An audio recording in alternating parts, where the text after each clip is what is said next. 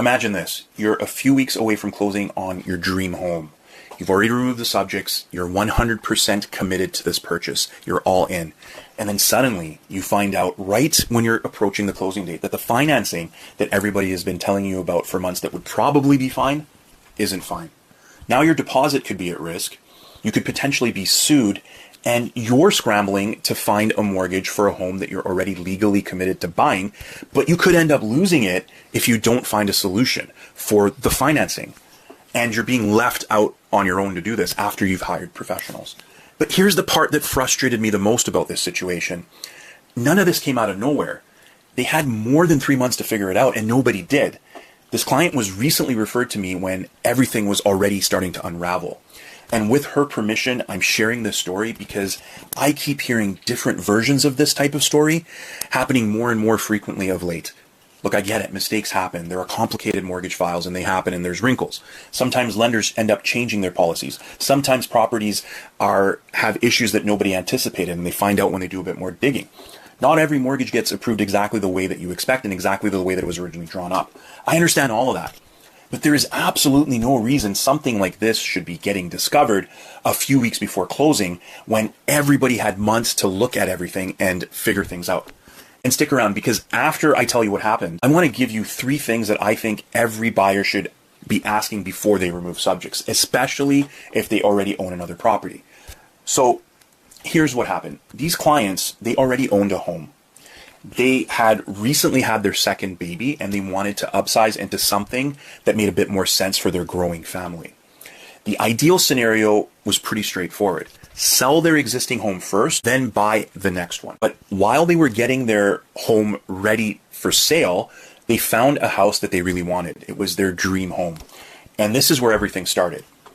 They were essentially told by their realtor and their team to not worry, to write the offer. And if it gets accepted, we'll figure everything out. Their realtor had this team around them and they were very experienced and there were people involved on the financing side and everybody agreed that they had dealt with situations like this numerous times before and the clients were repeatedly reassured everything would work out and to trust them and trust their process. So they trusted them. And I think that part is really important because most consumers, they don't know every question that they're supposed to ask. They don't know every lender policy. They don't know how maternity leave is treated. They don't necessarily understand how income gets calculated and what the debt service ratios are. They don't know how carrying 2 properties could change a mortgage application and the amount that you're approved for. That's why you hire professionals. Now, when they approached their own bank, there was already one major issue that was flagged. Their bank was not going to finance both properties as long as they owned 2 properties. They couldn't get a mortgage. So they knew that. So right there, somebody should have asked, okay, well, what happens if their current house doesn't sell? We're expecting it to sell. We're hoping it sells, but what's plan B? What lender is going to finance both properties? What income are we going to be qualifying this with? What does that lender require? Has anybody actually looked at the documents? And do these clients, do they qualify for the worst case scenario if the worst case scenario happens? What is the worst case scenario? Those questions needed answers before subjects were removed, but everyone kept moving forward. And they had roughly 3.5 months. It was over 3 months until their completion date.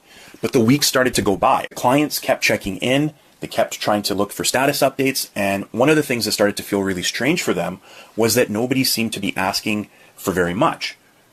No detailed income verification, no meaningful document collection. Nobody was asking about whether this property could be rented. There was no deep dive into the file. And every time they asked whether everything was okay, all they kept hearing was the same version of the same thing. Don't worry, it'll work out. And this is where the story gets even more frustrating. She had intentionally changed her employment status from full-time to part-time before going on maternity leave. This wasn't something that just was unexpected and just happened on a whim.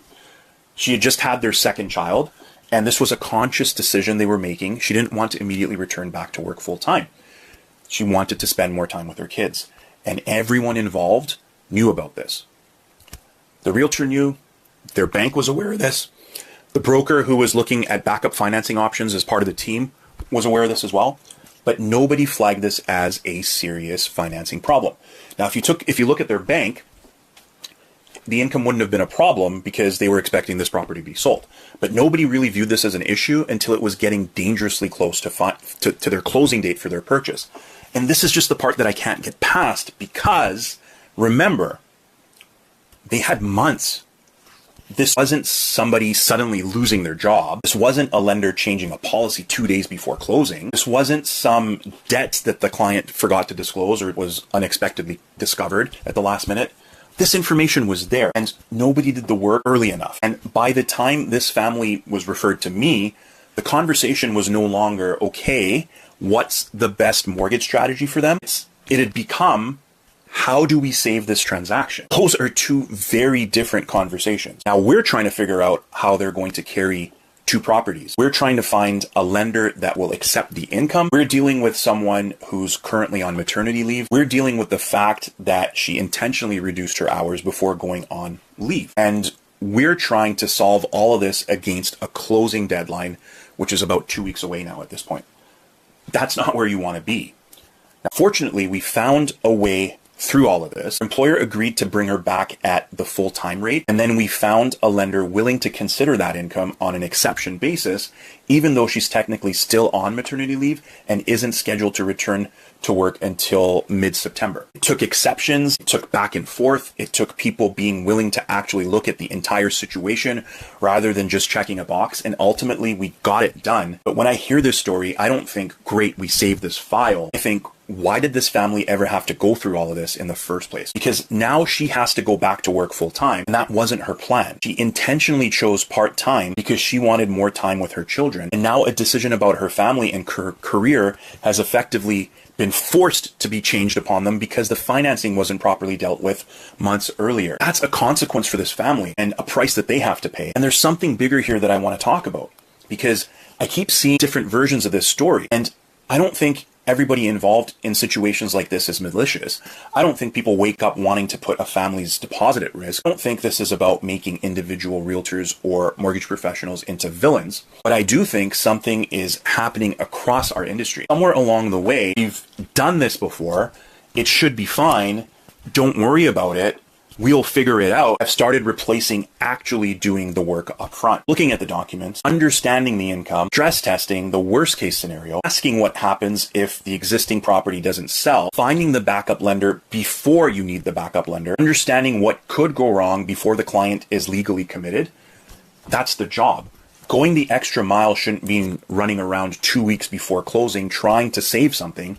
The extra mile means doing the work early enough that hopefully you never get to that point in the first place. And here's the other thing that really bothers me about stories like this. When somebody says, don't worry, it should probably be fine, you'll figure it out, and then it isn't fine, the person dealing with the consequences usually isn't the person who said all of this, it's the client. There's the ones who's got their deposit at risk.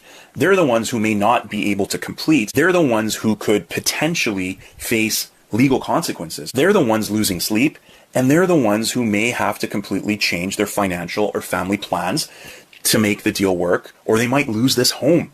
So if you're buying a property, especially if you already own another one, there are 3 things that I want you to take away from this. Number 1, know the worst case scenario before you remove subjects. Don't build the entire plan around everything going perfectly. Ask, what happens if my current home doesn't sell? What happens if it sells later than expected?